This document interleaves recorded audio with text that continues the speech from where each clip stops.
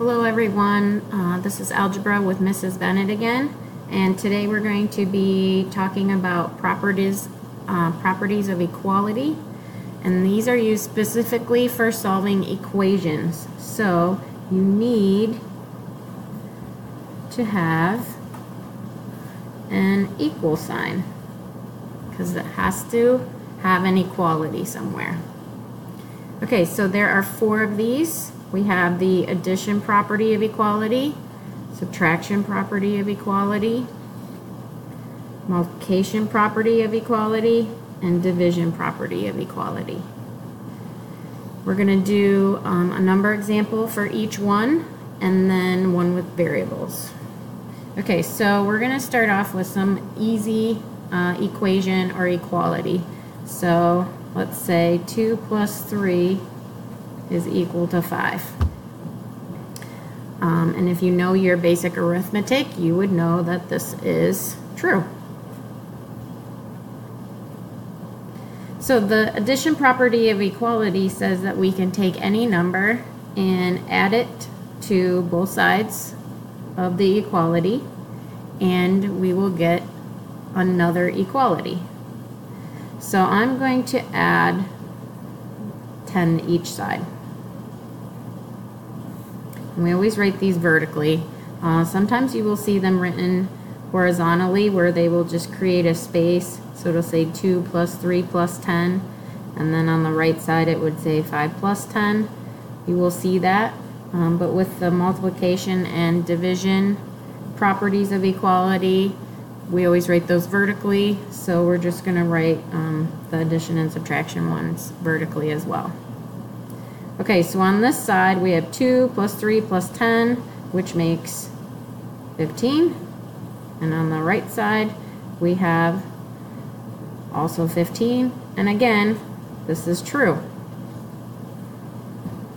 Okay, this works for any set of numbers that you use. If you add to both sides, you're keeping a true statement either way. Even though the first sentence was 5 on both sides, and the last sentence was 15 on both sides, the equality doesn't mean like an answer. What it means is you have a true statement. Okay, so here is an equation with a variable answer. So let's do x plus 3 is equal to 10, let's say. So we should be able to figure out with mental math what x is. So let's just put this off to the side. We know by mental math that 7 plus 3 is 10. So we know that x equals 7. Okay. So let's go to our property of equality. Let's pick a random number. Let's pick 5. We're going to add 5 to both sides. So this side would say x plus 8, and the right side would say 15, and then we would check. So we know x is 7, so we would imagine a 7 right here. Does 7 plus 8 equal 15? And it does. So all that the addition property of equality does is keep a sentence true that started off to be true in the first place. Let's move on to the subtraction property of equality. We're going to start with the same number sentence that we had originally. 2 plus 3 equals 5. But this time let's subtract 10 from both sides. That's what the equality means, both sides of the equal sign. Okay, 2 plus 3 is 5, subtract 10 is negative 5. 5 subtract 10, also negative 5. And this is true, just like the beginning one was true. Okay. If you subtract on both sides, you will keep a true statement. Even though the first statement was equivalent to 5, and the last statement was equivalent to negative 5, doesn't matter because they're both true. You're keeping the equality. Okay, let's go back to this same one, x plus 3 equals 10, which we know is true when x equals 7. Okay, let's subtract 5 from both sides. Okay, we have x. We have a positive 3 minus 5, which would give us a negative 2. And a 10 minus 5, which would give us a 5. So we're going to check this. Let's put our 7 in, which we know made the original statement true. So this is 7. The 7 minus 2 equal 5. And it does. So we have our true statement again.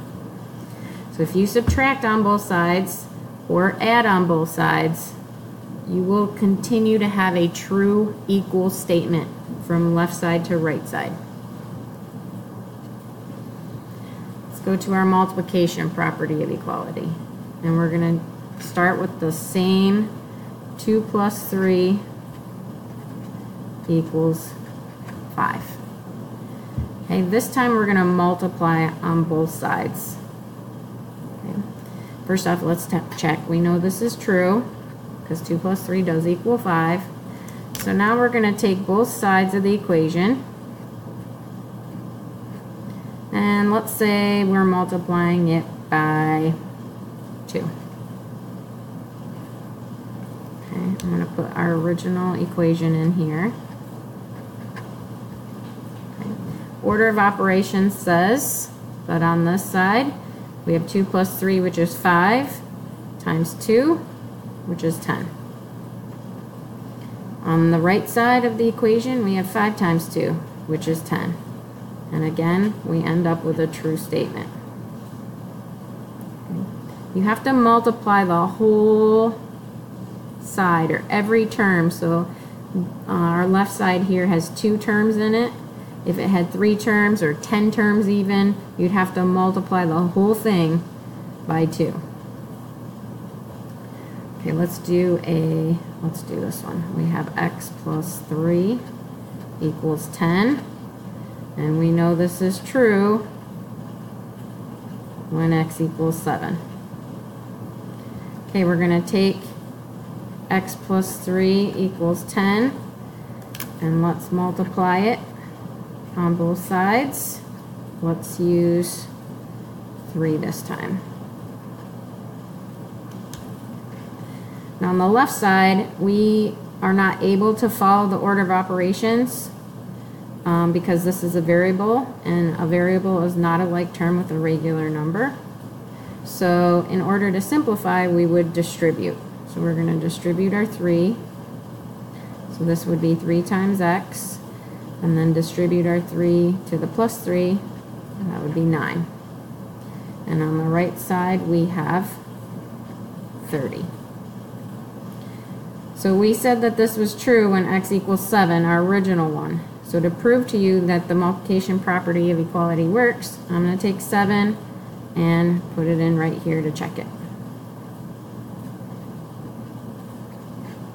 Order of operations, 3 times 7 is 21, plus 9 is 30. So this one stays true. Okay, our last one, division property of equality. Let's have 2 plus 3 equals 5 again, because we know that's true. This time we're going to divide on both sides. So we're going to take our original equation, and I'm going to divide both sides. Let's go with -1 this time, because 5 is not easily divided by 2. Okay, so both sides of my equation here, if I follow the order of operations, I would have 2 plus 3, which is 5, divided by -1, which is -5. And then on the right, 5 divided by -1, also -5. So if you divide on both sides, if you get the whole side, your statement will remain true, because you are keeping a balance of your inequality here, or of your equality, excuse me. Okay, let's do our equation with a variable, which we know is true when x is 7 by basic arithmetic. And let's divide both sides by, let's go by 2 this time. So we're going to take both sides and divide by 2. Okay, this side does not simplify because 3 doesn't really divide by 2 nicely and x doesn't divide by 2 nicely. We can write it like this: x divided by 2 plus 3 divided by 2. Or we can just leave it where we have the group in the numerator. The whole thing divided by 2 really means we have a common denominator. So, on the right side we have 10 divided by 2, which is 5. Okay, and if we take 7 and check it, we would have 7 divided by 2 plus 3 divided by 2. And we're checking to see if that equals 5 or not. Well, 7 halves plus 3 halves is 10 halves. And 10 halves is 5. So this is true. So the properties of equality go along with our commutative property, associative properties, inverse, and identity properties. But when you have an equation, anytime you have an equal sign, the properties of equality are what allow you to move terms from one side to the other, or make your equation look shorter. Where the associative properties and the commutative properties, they just allow you to work with expressions. So they would only allow you to do something like with the 2 and the 3. They wouldn't allow you to do anything with the 5. So our original properties only work with one side of an equation. Properties of equality work with both sides of the equation. Okay, you should now be able to start trying to solve equations. Thank you.